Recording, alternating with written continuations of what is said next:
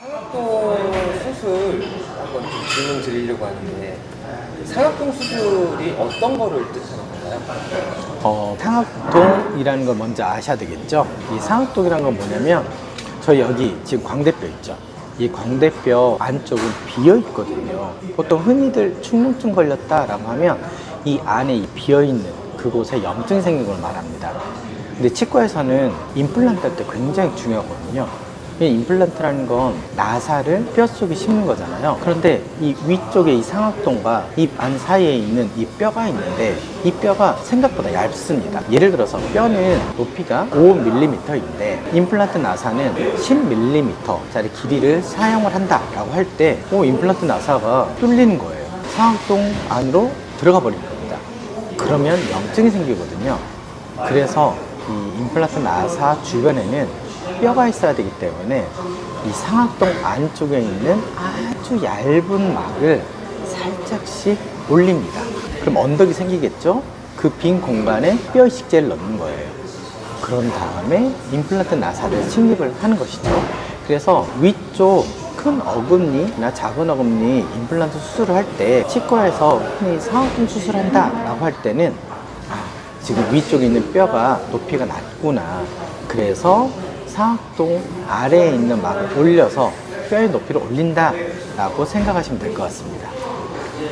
다른 치과 원장님들 대상으로 세미나를 진행하고 있는 걸로 제가 알고 있는데, 세미나를 운영하시는 이유가 어떻게 되나요? 상악동 수술을 받고 나서 부작용들이 좀 있어요. 어떤 거냐면, 가장 대표적인 거는요, 위쪽 큰 어금니 상악동 수술을 하고 임플란트 수술을 받았는데 갑자기 코에서 시궁창 냄새가 나는 거예요.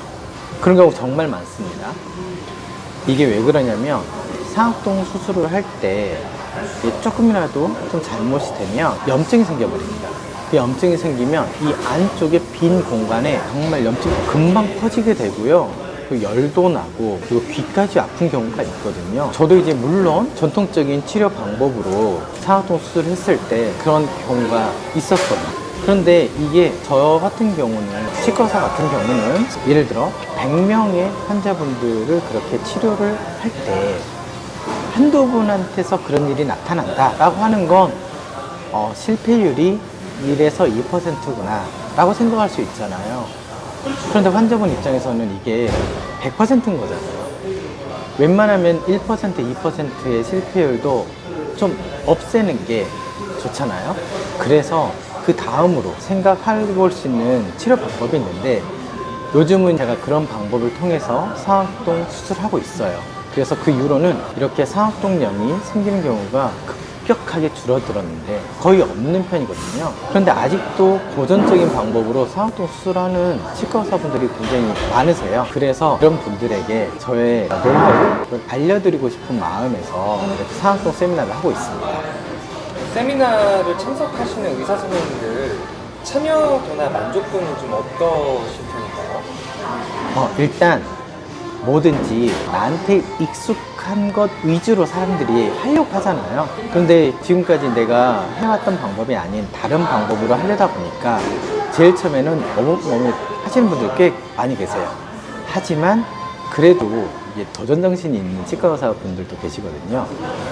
그런 치과 의사분들은 제가 이제 말씀드린 방법으로 상악동 수술을 하고 계시고요. 지금은 너무너무 편하고 안전하게 수술을 하고 계신다고 해서 저도 너무 요즘 기쁩니다.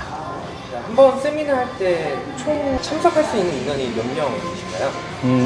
저희 같은 경우는 최대한 이게 여러분들에게 지식으로만 전달하는 게 아니기 때문에, 저는 한 번 세미나 할 때 최대 4명 정도까지만 접수를 받고요.